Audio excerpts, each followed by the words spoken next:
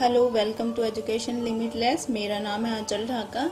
हमने पर्यावरण अध्ययन स्टार्ट किया हुआ है अपने सी-टेट एग्ज़ाम के लिए। ओके, तो ये हिंदी मीडियम वालों के लिए मैं अलग से प्लेलिस्ट बना रही हूँ और इंग्लिश मीडियम वालों के लिए अलग से प्लेलिस्ट है। ओके, तो चलिए स्टार्ट करते हैं चैप्टर 12, जिसका नाम है काम अपने अपने। यहाँ पर आपको एक पिक्चर दिखाई दे रही होगी जिसमें सब आप अपने काम कर रहे हैं। दुकान वाला अपना काम कर रहा है, ये एक छोटा बच्चा है जो दुकान में सर्व करने का काम करता है। ठीक है, कोई अपना किसी काम पर जा रहा है, बच्चे स्कूल जा रहे हैं, ये एक लेडी यहाँ पर झाड़ू लगा रही है। तो सबके अपने अपने अपने काम हैं। फिर से ये एक दूसरी पिक्चर है, इसमें भी सब आप अपने काम के लिए सुबह सुबह जल्दी जल्दी भाग रहे हैं। अब यहाँ पर आ जाइए, जो पेडागोजी का है, पाठ पढ़ने से पहले यदि बच्चों को ध्यान से चित्र देखने और समझने का मौका दिया जाए तो उनमें चित्र अवलोकन का कौशल विकसित होगा। समझ में आया आपको ये वाला क्वेश्चन? यानी कि जैसे यहाँ पर पहले चित्र दिखाई दिए हैं, फिर उसका नीचे एक्सप्लेनेशन है कि कौन क्या कर रहा है, तो उससे बच्चों के अंदर ध्यान, अगर वो चित्र में देखकर चीजों को समझने की कोशिश करते हैं तो उनका चित्र अवलोकन का कौशल विकसित होता है। ये बच्चों के लिए एक्टिविटी है कि ये सारे इमारतें हैं। ठीक है, तो इसमें से जो पिक्चर में इमारतें दिखाई गई है उसको सर्किल करना है। ठीक है, ये सिर्फ बच्चों के लिए है, इतनी चीजें आपके मतलब की यहाँ पर नहीं है। अब आगे चलते हैं। फिर यहाँ पर एक लड़की की स्टोरी बताई है जो सारे दिन घर का काम करती है। ठीक है, अपने भाई बहन जो से छोटे हैं उनको संभालती है, उनको स्कूल भेजती है, घर में खाना बनाती है, अपनी माँ का काम बटाती है, काम करवाती है। ठीक है, बातचीत के दौरान यह संदेश मिलना आवश्यक है कि सभी काम महत्वपूर्ण है, कोई भी काम छोटा या बड़ा नहीं होता। यदि बच्चों द्वारा बताए गए कामों में जेंडर विषमता, अब ये देखना इम्पोर्टेंट पॉइंट आ गया है कि बच्चों द्वारा बताए गए कामों में जेंडर विषमता दिखाई दे तो उनके कारणों पर चर्चा करना अच्छा रहेगा। जैसा कि आप सभी जानते हैं कि हमारे इंडिया में जेंडर बाइसेस बहुत बड़ी प्रॉब्लम है। सबको ऐसा लगता है कि सबके काम अपने डिफाइन है, फीमेल को ये वाला काम करना है, घर के ही काम करने हैं, जैसे बर्तन झाड़ू पोछा चौका खाना बनाना, ये सारे औरतों के काम है। और जो बाहर का काम है, ऑफिस जाना और जॉब पर जाकर पैसे कमा के लाना घर में, ये मेल का काम है। बट ऐसा कुछ भी नहीं है, कोई भी काम कर सकता है। ठीक है, तो जेंडर विषमता अगर आप बच्चों से डिस्कस करोगे कि उनके घर में कौन क्या काम करता है, तब वो बताएंगे कि मम्मा खाना बनाती है। जब वो स्टार्टिंग से अपने घर में ये चीज देख रहा है कि मम्मा ही खाना बनाती है डेली, तो उसको लगेगा कि ये काम फिक्स है, ये जो घर काम खाना बनाने का है वो सिर्फ मम्मा या फीमेल्स के लिए होता है। तो वो भी अगर बॉय है तो बड़ा होकर वो काम नहीं करेगा, क्योंकि उसे लगेगा वो तो फीमेल के काम है। तो अपने घर में आप ये चीजें दूर करने के लिए क्या करोगे कि अगर हस्बैंड वाइफ दोनों वर्किंग है, तब तो दोनों अपना टाइम के अकॉर्डिंग मैनेज करके कि जिसको जब मौका मिले वो खाना बनाए, बच्चों को दिखाए कि दोनों खाना बना सकते हैं। और हस्बैंड वर्किंग है और जो वाइफ है वो हाउस वाइफ है, तो भी हस्बैंड की ड्यूटी बनती है। तो कभी कभी जब भी छुट्टी हो या फिर कभी मौका मिले, अपने घर में काम करने चाहिए, जिससे आगे बच्चों पर भी असर पड़ता है। वो जो देखते हैं वही सीखते हैं। तो जेंडर विषमता को हमें खत्म करने के लिए क्लास में तो डिस्कशन होना ही चाहिए। बट मेरी आप सब लोगों से, जो भी इस वीडियो को देख रहा है, कि आप भी अपने घर में बदलाव लाइए। ये डिफाइन नहीं है कि लेडीज को ही खाना बनाना है या लेडीज को ही घर के काम करने हैं। जेंट्स भी वो सब कर सकते हैं जो एक लेडीज करती है, और जो जेंट्स करते हैं वो लेडीज भी कर सकती है। तो यहाँ पर कोई भी काम किसी के लिए डिफाइन नहीं है, हर कोई हर काम कर सकता है और कोई काम बड़ा है छोटा नहीं है। इस तरह से आप अपनी क्लास में डिस्कस करा सकते हैं ताकि इन चीजों को हम खत्म कर सके। नेक्स्ट चैप्टर है हमारा छूकर देखे। छूकर देखे आपको समझ में आ रहा होगा यहाँ पर कि इसका मतलब क्या है। जिन लोगों को दिखाई नहीं देता वो कैसे पढ़ते हैं, आगे हम उसकी चर्चा करेंगे। ये एक छोटी सी स्टोरी है जो हमारी मतलब की नहीं है। हम मेन पॉइंट पर आते हैं। एक तो यहाँ पर ये इम्पोर्टेंट पॉइंट है कि जो अंधे लोग होते हैं वो एक सफेद छड़ी का इस्तेमाल करते हैं, ठीक है, 1 पॉइंट।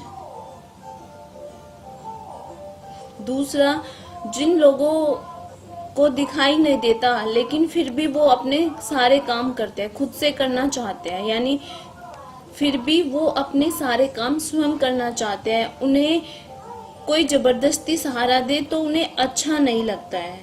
जब भी उन्हें किसी से मदद की जरूरत होती है तो वो मांग लेते हैं। तो उसमें कोई हर्ज ही नहीं है कि अगर आपको किसी चीज में जरूरत है तो आप किसी से मांग सकते हैं।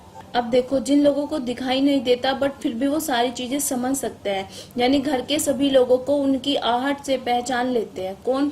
यानी एक भैया है जिनको दिखाई नहीं देता बट वो फिर भी घर के लोगों को उनकी आहट से पहचान लेते हैं कि कौन बंदा उनके पास आया है, और अक्सर ये भी भाप लेते हैं कि कौन उदास है और कौन खुश है। जैसे ऊपर एक स्टोरी टाइप बताई गई थी जो अंधा व्यक्ति है उसके बारे में, ठीक है। तो कहानियों में बच्चे रुचि लेते हैं तथा कहानी के पात्रों की मदद से संवेदनशीलता पैदा की जा सकती है।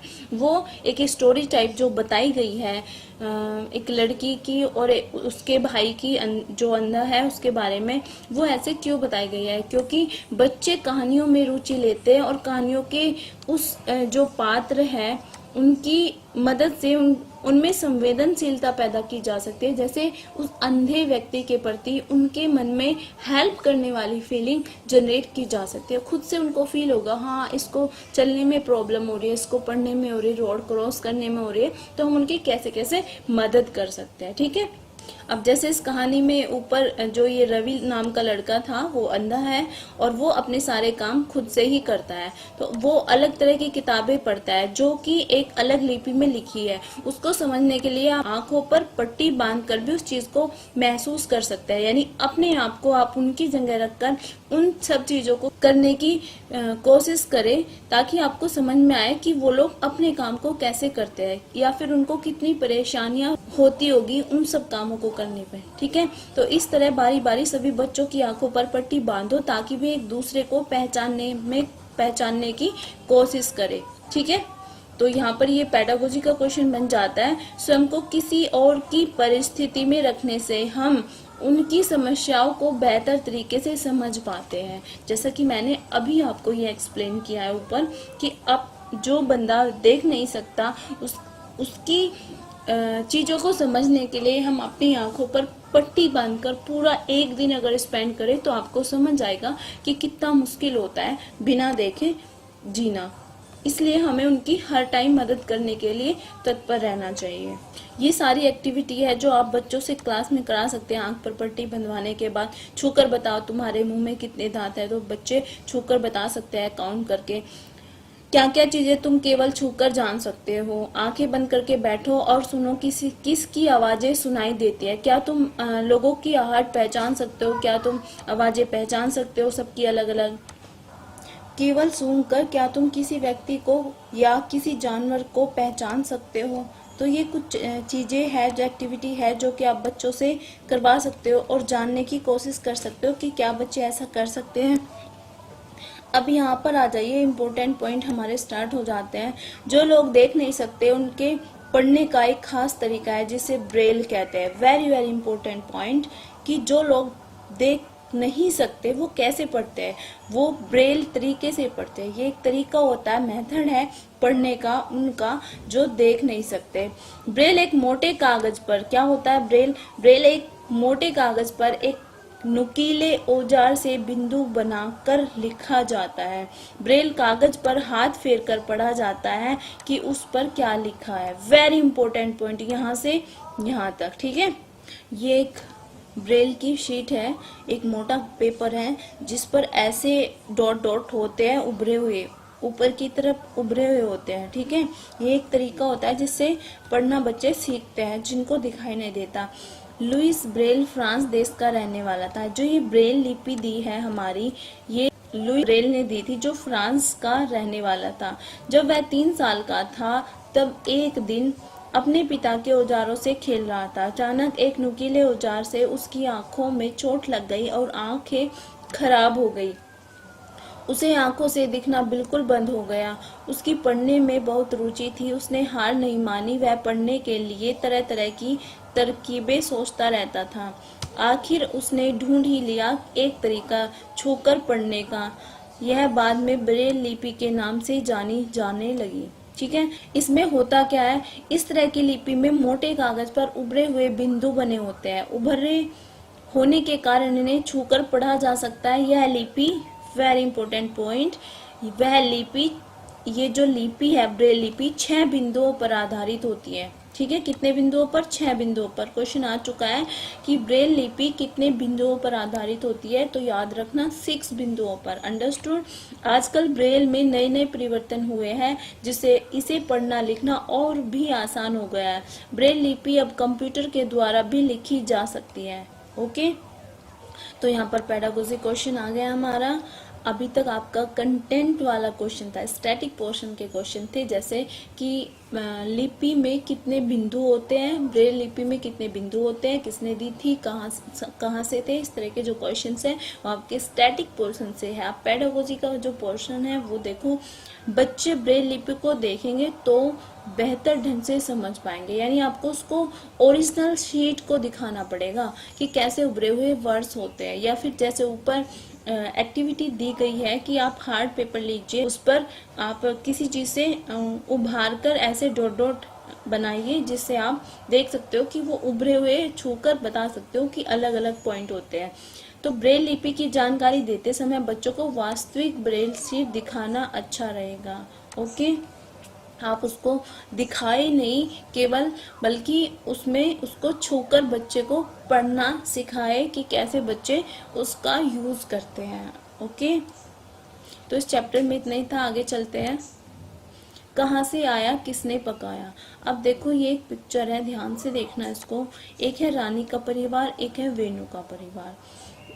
यहाँ पर वेणु जो है वो आई थिंक चक्की पीस रही है और एक आदमी झाड़ू लगा रहा है। ठीक है, रानी अपने घर में खाना पका रही है।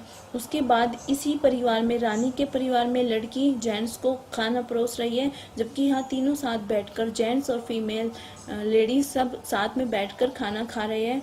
उसके बाद ये दोनों साथ में अखबार पढ़ रहे हैं और बच्चा उनका साइकिल चला रहा है। जबकि यहाँ पर देखो रानी का परिवार में रानी और उसकी बेटी काम कर रहे हैं और जेंट्स आराम से अखबार पढ़ रहे हैं। तो आपको इन दोनों को देखकर कुछ समझ आया? हाँ, आपके घर की स्थिति कौन सी है, आपको वो भी चीजें समझ आ गई होगी। तो हमें इन चीजों से क्या सीखने को मिलता है? क्या ऐसा होना चाहिए? क्या यह जेंडर बाइसेस नहीं है कि केवल फीमेल काम करे और जेंट्स बाहर के काम करे? क्या यहाँ पर ये चीजें हैं? ऐसा नहीं है। यहाँ पर दोनों काम कर सकते हैं। दोनों साथ में खाना खाएं, साथ में अखबार पढ़े, साथ में ऐसे काम करें जो उनको साथ करने चाहिए। ठीक है, तो यहाँ पर कोई जेंडर बाइसेस नहीं है, बट यहाँ पर जेंडर विषमता दिखाई दे रही है जो कि नहीं होनी चाहिए। तो बच्चे जो देखेंगे वही सीखेंगे। अपने घर में आप कैसा माहौल उनको देना चाहते हैं वो आप पर डिपेंड। यानी रूढ़िबद्ध धारणाओं जैसे लड़का लड़की भेदभाव, जिसको जेंडर विषमता पर चर्चा संवेदनशीलता से होनी चाहिए ताकि बच्चे उन पर सवाल तो कर सके और किसी की भावना को ठेस भी न पहुंचे। संवेदनशीलता इसलिए है कि यहाँ पर यह भी नहीं होना चाहिए कि लड़के काम करे और लड़की ना करे, ऐसा भी नहीं होना चाहिए। जैसा कि आज तो होता ही है, ये है कि लड़कियां काम करती है और लड़के घर में कोई काम नहीं करते। तो हमें उस चीज को खत्म करना है, क्लास में डिस्कस करना चाहिए। बच्चों से बच्चे भी सवाल करें और उनके सवालों के आराम से अच्छे से जवाब दें ताकि किसी की फीलिंग्स को कोई ठेस ना पहुंचे, क्योंकि सबकी अपनी अपनी ट्रेडिशंस होते हैं। हमें सबके कल्चर को रेस्पेक्ट करनी चाहिए, सबके ट्रेडिशन को रेस्पेक्ट करनी चाहिए, बट कुछ चेंज लाना टाइम के साथ बहुत ज़रूरी होता है। तभी हम अपने समाज में, अपने देश में उन्नति की ओर जा सकते हैं।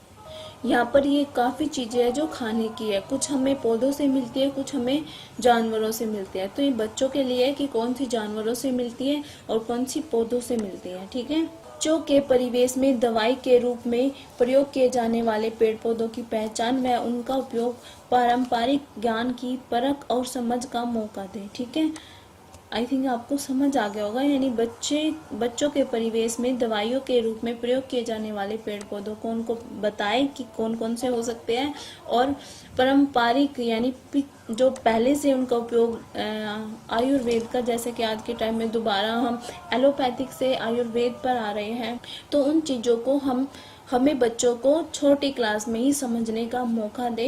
कचनार के फूल, अदरक, आम, आंवला, चने, कटहल, पालक, कमल, ककड़ी एक्सेट्रा, ये बच्चों को एक्टिविटी करने के लिए बोला गया है। देखते हैं इसमें क्या है। इस अभ्यास में कुछ पौधों के ऐसे भाग दिए गए हैं जो हमारे भोजन का हिस्सा है। बातचीत के द्वारा सूची को बढ़ाया जा सकता है। ठीक है, तो आपको समझ आ रहा होगा कि पौधों का कौन सा हिस्सा हम खा सकते हैं और फल इसमें से कौन से हैं, वो सारी चीज़ें हमें वहाँ पर बतानी है। फूल कौन से हैं, पत्ते कौन से हैं। तो ये सारी बच्चों के लिए एक एक्टिविटी है जो आप सहयोग करके बच्चों से करा सकते हैं। Okay, next chapter. आज का हमारा लास्ट चैप्टर है आओ बनाए बर्तन। इसमें एक कौवा और चिड़िया की स्टोरी है कि जिसने पहले अंडा दिया वो उसका अंडा खा लेगा। तो चिड़िया अंडा पहले देती है और कौवा कहता है कि मैं अब तुम्हारा अंडा खा लूंगा, लेकिन चिड़िया से कहती है पहले अपनी चोंच धोकर आ। तो यहाँ पर है ठंडा पानी लाऊंगा, चोंच धोकर आऊंगा, फिर मैं अंडा खाऊंगा। फिर वो पानी के पास जाता है तो पानी कहती है कि कुल्हड़ लेके आ। तो वो कुल्हड़ लेने के लिए कुम्हार के पास जाता है, फिर कहता है कुल्हड़ लेकर जाऊंगा, ठंडा पानी लाऊंगा, चोंच धोकर आऊंगा, फिर मैं अंडा खाऊंगा। अब कुम्हार उसको कहता है पहले मिट्टी लेकर आ। मिट्टी के पास जाता है तो मिट्टी उसे कहती है कि खुरपी लेकर आ। तो कहता है खुरपी लेकर जाऊंगा, मिट्टी खुदवाऊंगा, कुल्हड़ मैं बनवाऊंगा, ठंडा पानी लाऊंगा, चोंच धोकर आऊंगा, फिर मैं अंडा खाऊंगा। ऐसे ऐसे करके उसको काफी चीजें हो जाती है। बहुत देर सब कुछ करने के बाद वो फाइनली चिड़िया के पास जाता है अंडा खाने के लिए। तब तक उस अंडे में से चिड़िया निकल कर बाहर और उड़ जाती है। इस कहानी पर नाटक करने में बच्चों को बहुत मजा आएगा और क्रियाओं का क्रम समझने में भी सहायता मिलेगी। बच्चों को अपने सृजनात्मक विचारों को बताने के पूरे मौके दे, स्वयं क्रियाकलाप करने के लिए प्रेरित करें।